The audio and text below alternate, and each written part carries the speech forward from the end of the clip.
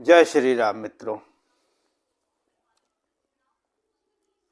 आपके अपने चैनल गुरु कलश में मैं आपका हार्दिक स्वागत करता हूं।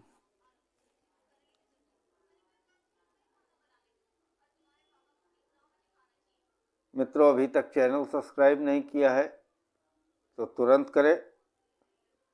नोटिफिकेशन बेल को ऑल पर सेट करें, जिससे हमारे आने वाले नए वीडियो शीघ्र आप तक पहुंच सकें। मित्रों, आज हमारी चर्चा एक कुंडली के विश्लेषण की है। आज हम इस कुंडली के पूर्व जन्म में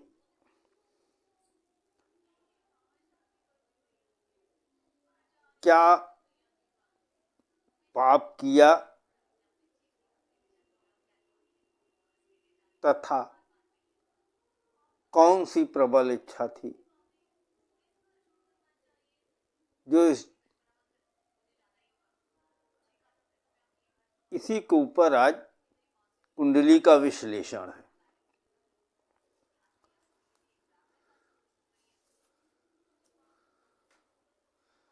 मित्रों, जब तक चर्चा आगे बढ़े इसके पहले मैं बता देता हूं, हम जिस कुंडली का विश्लेषण कर रहे हैं वो कुंडली 28 सितंबर 1971 की है। प्रयागराज का जन्म है, 8:30 बजे सुबह। आप अपनी सॉफ्टवेयर में निकाल लीजिए, तब तक हम कार्यक्रम को आगे बढ़ाते हैं। मित्रों, हम सभी सनातनी पुनर्जन्म को मानते हैं और ये भी मानते हैं कि इसी के आधार पर पूरा ब्रह्मांड चलता है।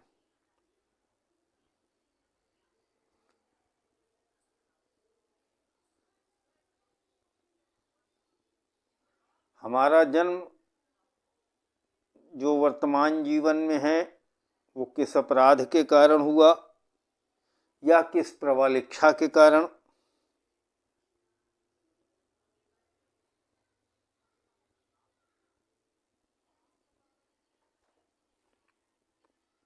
यदि हम इसको कुंडली के माध्यम से जानना चाहें तो जान सकते हैं।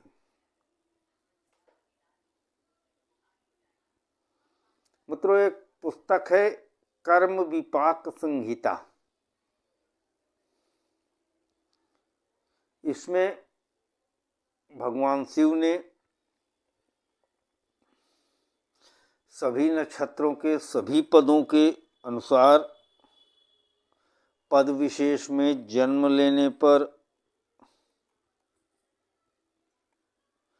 क्या अपराध किया, कहाँ जन्म होना चाहिए, इसके विषय में कहानी के माध्यम से बताया है।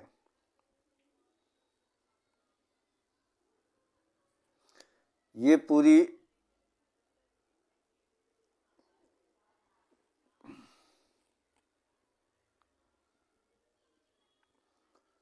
पूरी वार्ता भगवान शिव माँ महागौरी को सुना रहे हैं।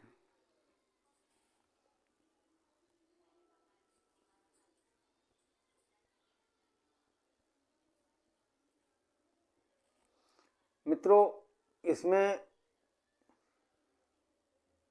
भगवान शिव ने वर्णन करते हुए माँ महागौरी को बताया कि चंद्रमा हमारे पाप को बताता है।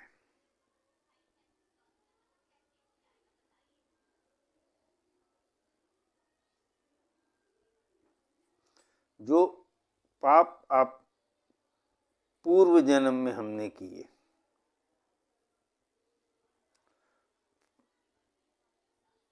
पुराणों के अनुसार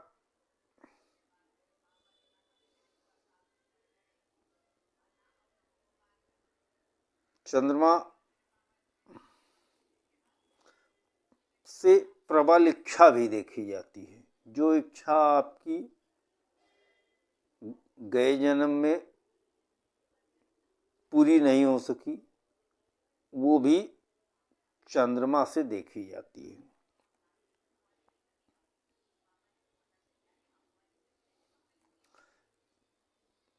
यही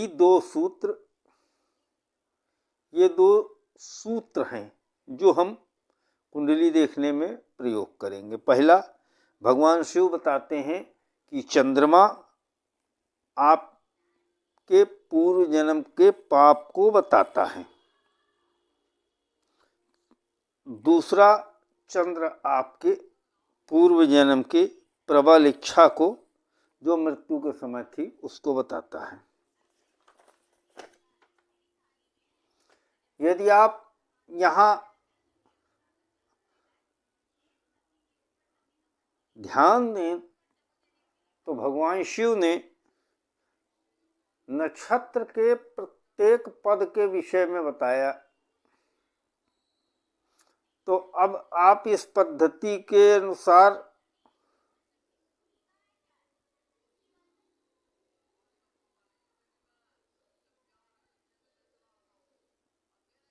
और आप जानते हैं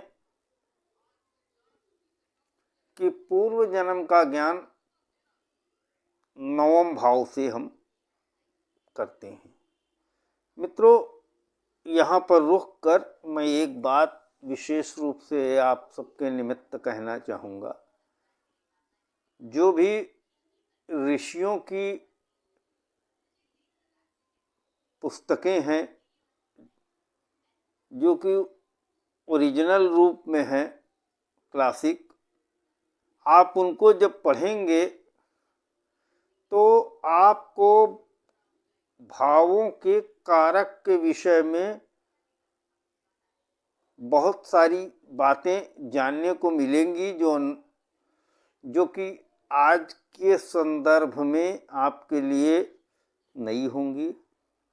मेरी तो आप सबसे यही है कि आप किसी भी क्लासिक को पढ़िए और चाहे जिस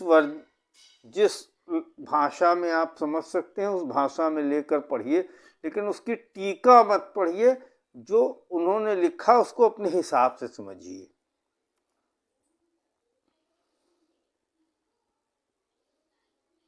मित्रों, 9वां भाव, जैसा मैं कह रहा था कि 9वां भाव पूर्व जन्म का होता है। तो पूर्व जन्म के ज्ञान हेतु हम पूर्व जन्म के ज्ञान हेतु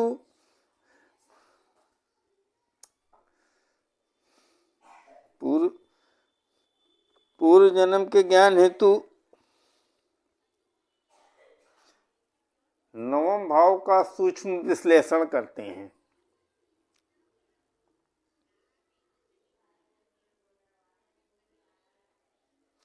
अब इसी सूक्ष्म विश्लेषण को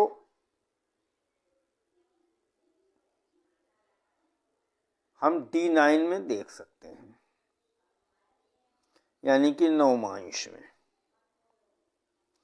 मैंने इस तकनीकी को प्रयोग किया। ये तकनीकी बहुत अच्छी तरह से काम कर रही है। इसमें मुख्य प्रयोग भाव, कारक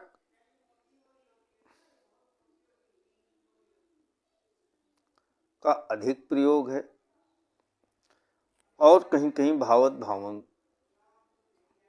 लेकिन बहुत साधारण सी तकनीक है और बहुत अच्छी तरह से काम करती है।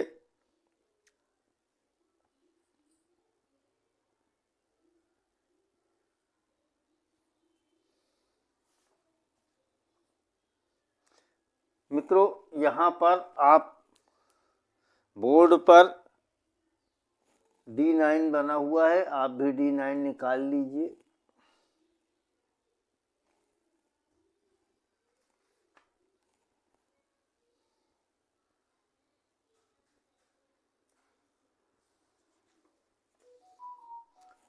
चलिए हम अपनी चर्चा को शुरू करते हैं।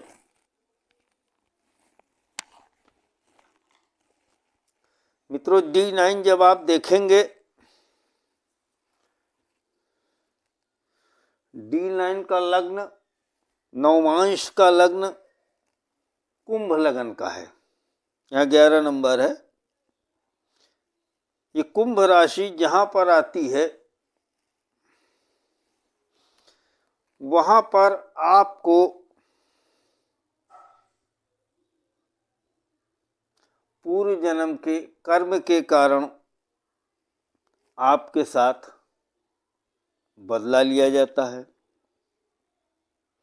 आपके साथ सौतेला व्यवहार किया जाता है।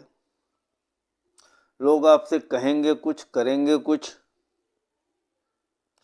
इसमें आपकी प्रबल इच्छा तो होती है, लेकिन जो इच्छा होगी उसी में आपको धोखा मिलना है। मित्रों,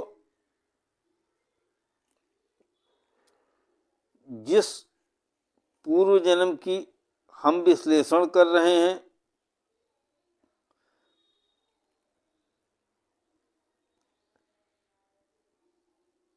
उस लग्न में कुंभ राशि के मिलने से हमें एक बात और पता लगती है कि इस जातक का इसी प्रकार का जीवन पूर्व जीवन से पूर्व का भी था। यानी एक वर्तमान, इसके पूर्व का जीवन हम देख रहे हैं और उससे पूर्व का भी इसका जीवन ऐसे ही था। अब इसमें ये समझा जा सकता है कि इसका कुछ न कुछ कार्मिक ऋण था। अब आप देखें, पहला वर्तमान, दूसरा पूर्व का और तीसरा उससे पूर्व का, तो मतलब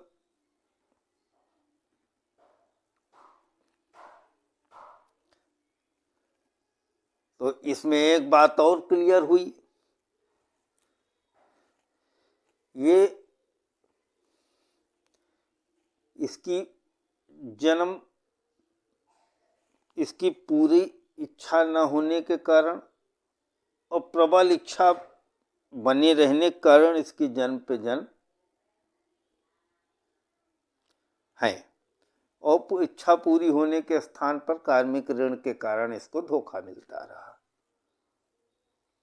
मित्रों, ये राशि बदले और बदलाव की कही जाती है, बदले और बदलाव की।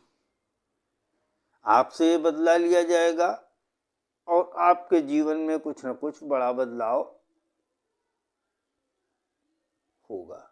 आप ऐसा, इसकी बहुत सारे इसके कारकत्व हैं।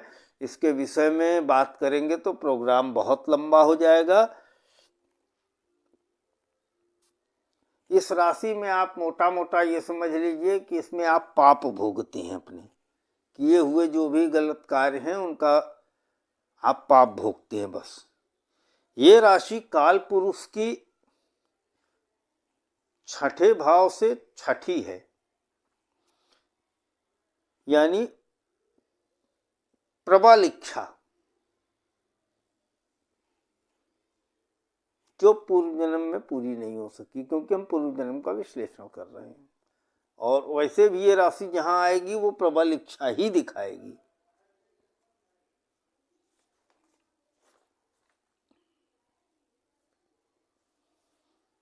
मित्रों,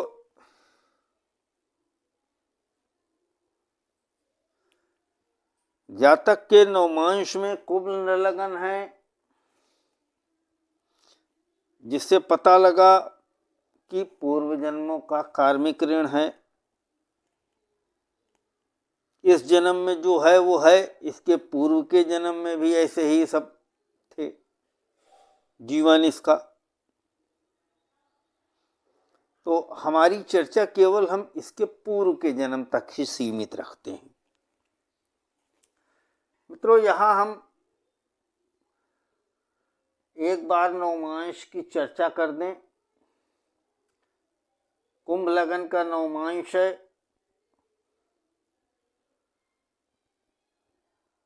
तीसरे भाव में मेष राशि के सूर्य हैं, तीसरे भाव में ही शनि भी हैं, शनि लग्नेश हैं। आपको यहाँ बता दूं मैं कुंभ राशि के दो स्वामी होते हैं, एक शनि दूसरा राहु। तो शनि लग्नेश होके तीसरे भाव में मेष राशि में है। यहाँ सूर्य तीसरे भाव में उच्च राशि का है, शनि तीसरे भाव में नीच राशि के हैं। पंचम भाव में मिथुन राशि है, यहाँ शुक्र और राहु है। चौथे भाव में कर्क राशि है, यहाँ मंगल है। माफ कीजिएगा मित्रों, छठे भाव में कर्क राशि है, यहाँ मंगल है। सप्तम भाव में चंद्रमा है। अष्टम भाव में गुरु हैं। एकादश भाव में केतु हैं। द्वादश भाव में बुध है। ये हुई D9 की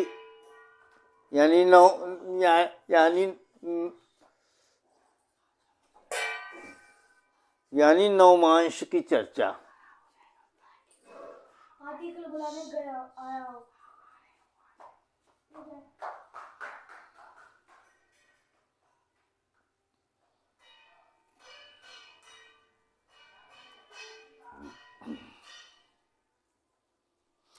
मित्रों, अब हम हमारा जो जहाँ चंद्रमा है, पूरा ऋण वहीं से उत्पन्न हुआ है।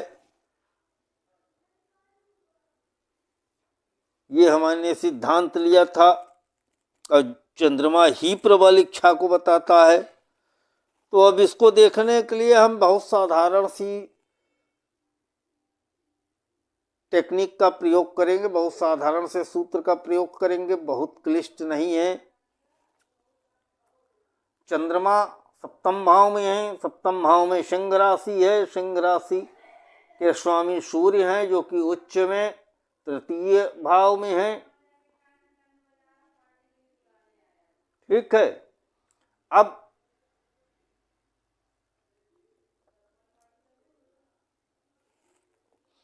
यहां तक कोई दिक्कत? अब इससे आगे की बात की जाए।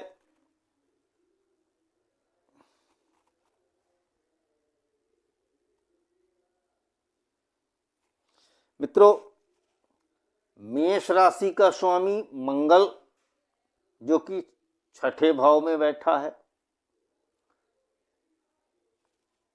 और पंचम भाव और अष्टम भाव का स्वामी बुध, जो कि द्वादश भाव में बैठा है। इतना मोटा मोटा हमको संबंध दिखाई दे रहा है।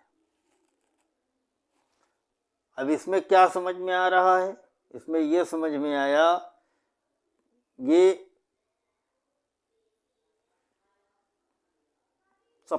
तृतीय भाव, जो कि जातक की पत्नी के भाव से सप्तम है। जातक की पत्नी का भाव यानी नवम भाव, उससे सप्तम है, यानी उसके विवाह का भाव, पति का भाव। वहाँ पर दो ग्रह होने से ये समझ में आ रहा है, जातक का खुद, क्योंकि लग्नेश है शनि और सूर्य सप्तमेश है, दोनों जातक की पत्नी की बहन के विवाह के घर में बैठे हैं। इसका मतलब उनके परिवार में इन दोनों का ही दखल बराबर मात्रा में था।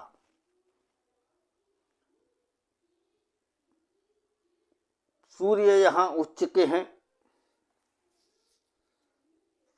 तो जितनी भी इससे एक बात और समझ में आती है, सूर्य और चंद्र, पहले चलिए चंद्र के विषय में बताएं। तो जातक के विषय में चंद्र ये बता देता है कि जो भी जातक है, जिसकी लग्न है, जिसके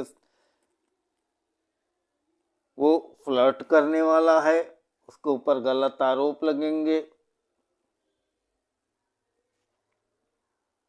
सप्तमेश के उच्च होने से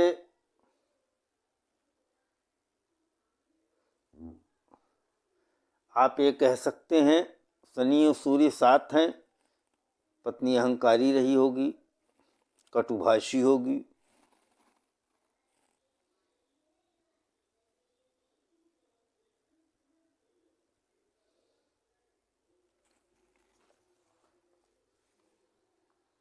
और टांट व्यंग बाण कसने वाली होगी।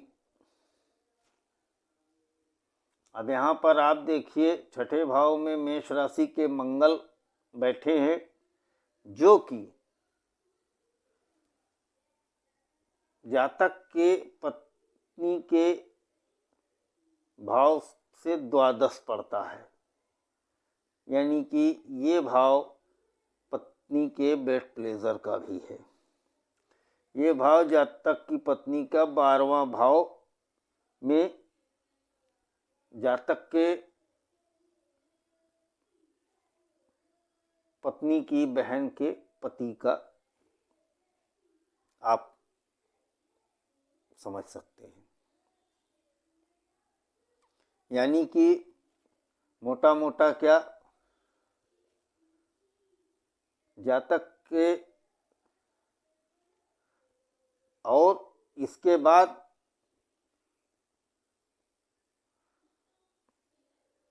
जातक की पत्नी के पति के भाव यानी कि 9वें भाव का स्वामी शुक्र, जो कि 5वें भाव में बैठा हुआ है राहु के साथ। आप जानते हैं राहु धोखे का कारक होता है, और पंचमेश खुद बुध द्वादश भाव में बैठा है, यानी कि पति के भी द्वादश भाव में और इनके भी द्वादश भाव में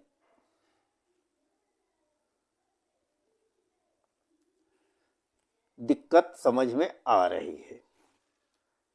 भाई पंचमेश के वहाँ बैठने से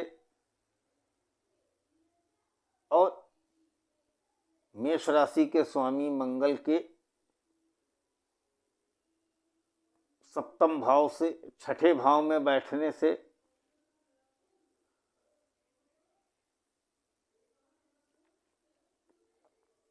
और सूर्य के यहाँ पर दृष्टि डालने से, मित्रों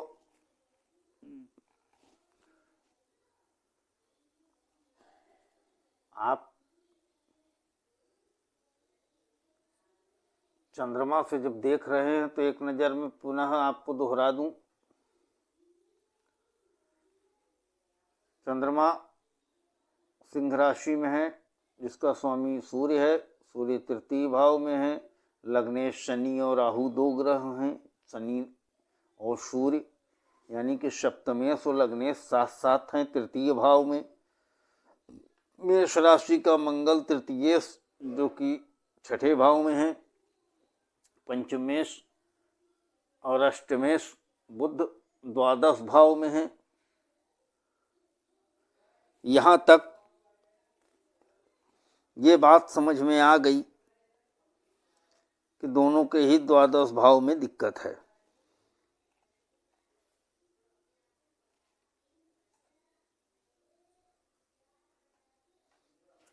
यहाँ पर आप सभी जानते हैं कि द्वादश भाव के क्या क्या कारक होते हैं।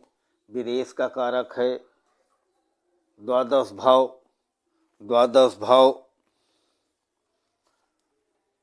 अस्पताल का कारक है द्वादश भाव, बेड प्लेजर का कारक है। यहाँ जब आप जातक की पत्नी का स्वभाव देखेंगे तो आई मी माई सेल्फ मेष राशि में होने से ये आप समझ ले कि केवल अपने विषय में सोचना, अक्खड़पन, अहंकारी, सबके ऊपर शासन करने का स्वभाव, कटुभाषी। अच्छा, सूर्य और शनि नैसर्गिक शत्रु हैं पिता पुत्र होने के बावजूद, तो उससे एक बात और समझ में आई कि आपस में संबंध भी ठीक नहीं है। क्योंकि अब आगे बढ़ते हैं। ये पूर्व जन्म की हम चर्चा कर रहे हैं। ये सब पूर्व जन्म का जितना भी आप देख रहे हैं ये चंद्र से पूरा आप निकाल सकते हैं। इसमें कोई बड़ी रॉकेट साइंस नहीं है, केवल भाव के कारक का प्रयोग है बस।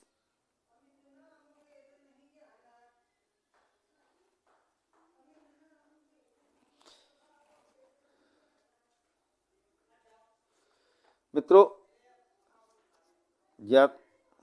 जातक के नवमांश में नवम भाव का स्वामी शुक्र है, जो कि पंचम भाव में बैठा है राहु के साथ। और जातक के नवमांश का लग्न कुंभ लग्न है और कुंभ के दो स्वामी हैं, शनि और राहु। एक स्वामी राहु के साथ बैठा है। ध्यान रहे इस बात का कि राहु भी लग्नेश है और नवम भाव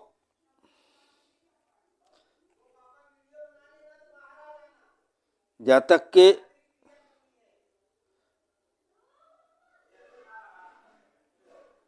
नवम भाव को गुरु का, ज्ञान, पत्नी के भाई बहन का, ऐसे ढेर सारे कारक नवम भाव के हैं।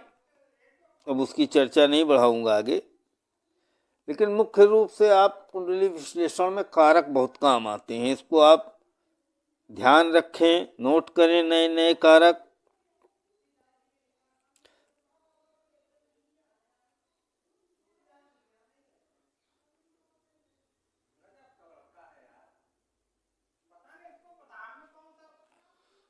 जातक को अब इतनी विश्लेषण करने के बाद ये बात समझ में आ रही है कि पूर्व जन्म से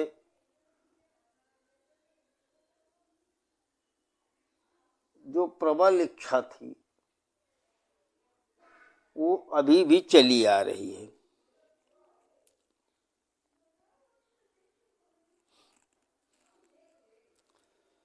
और इसको बल जातक के पंचमेश के द्वादश भाव में बैठने से, नवमांश के, और अष्टमेश बुध है, ये द्वादश भाव में जो बैठा है, इससे और उस पर दूसरे लगन की खुद की दृष्टि भी पड़ गई। और लग्न कुंभ लग्न का, इससे पता चलता है कि जितनी वार्ता हुई वो 100% यही है। अब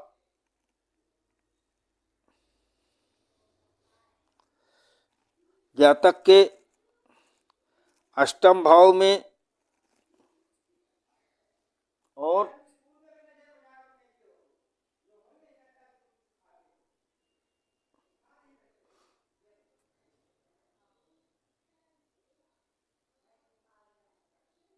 पंचम भाव में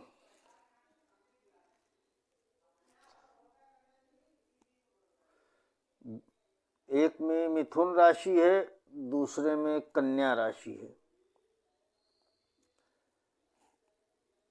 अष्टम भाव में गुरु बैठे हुए हैं। अब ये गुरु को अगर हम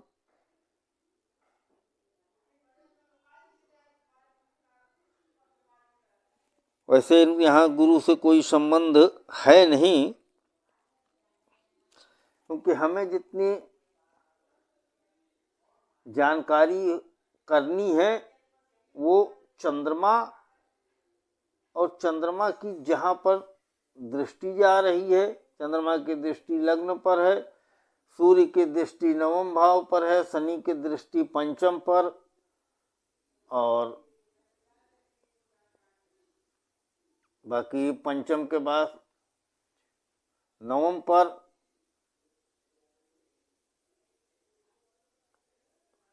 फिर द्वादश भाव पर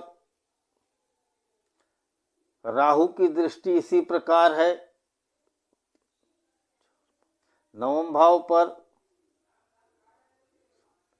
एकादश।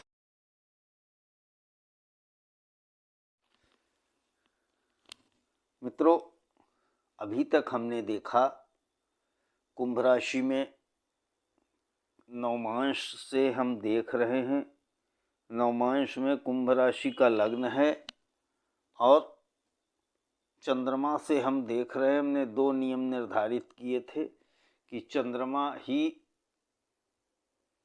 आपके पूर्व जन्म के पाप बताता है और आपकी प्रबल इच्छा बताता है। अब चंद्रमा को जब हम देखते हैं तो चंद्रमा सप्तम भाव में है, सिंह राशि में। यहाँ लग्न के 2 लग्नेश हैं, शनि और राहु। एक लग्नेश तृतीय भाव में सप्तमेश के साथ है, दूसरा लग्नेश शुक्र के साथ है। तो अब इससे जब आप देखेंगे, ये तृतीय भाव जातक के भाई बहन का है और वहाँ पर जातक की सप्तमेश का उच्च होना इस बात की सूचना देता है कहीं न कहीं कि जातक की पत्नी का जातक के भाई से अच्छा संबंध है, बल्कि अच्छा न कहें बल्कि संबंध है। अब ये मेष स्वयं छठे भाव में है, जो कि जातक की पत्नी का द्वादश भाव है, यानी कि ये इन लोगों के संबंध की गारंटी दे रहा है कि ये निश्चित रूप से जातक की पत्नी का जातक के भाई से संबंध है। अब ये संबंध और प्रबल समझ में आता है। क्यों? क्योंकि अब जातक का देखिए तो जातक की पत्नी के तीसरे भाव, यानी जातक की पत्नी का भाव सप्तम से तीसरा भाव नवमेश। अब नवमेश का पंचम भाव में होना इस बात की सूचना है कि जातक की पत्नी की बहन का जातक के साथ, यहाँ पर लग्नेश राहु के साथ होना संबंध की सूचना दे रहा है।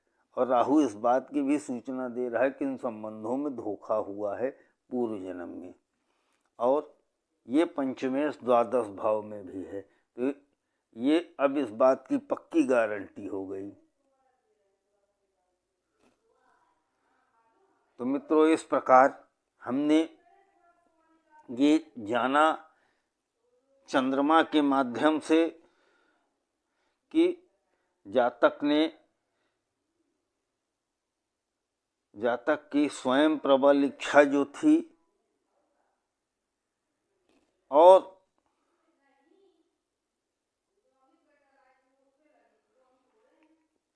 यही एक प्रबल इच्छा जातक की जो जातक के साथ धोखा हुआ, इस एक प्रबल इच्छा के कारण जातक पुनर्जन्म पे पुनर्जन्म में यही इच्छा लेकर आ रहा है।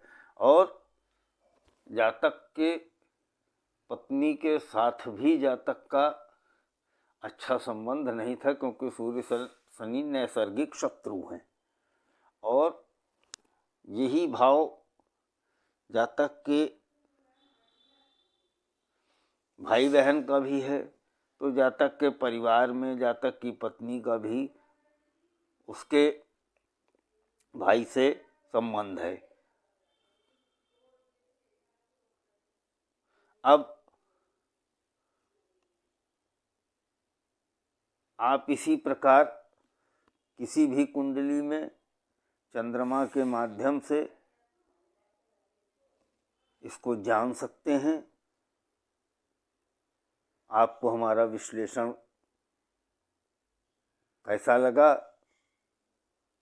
यदि अच्छा लगा हो तो इसको अपने ज्योतिष जानने वाले, ज्योतिष फॉलो करने वाले जो भी मित्र हैं उनको भेजिए। चैनल को सब्सक्राइब कीजिए, लाइक कीजिए। जय श्री राम।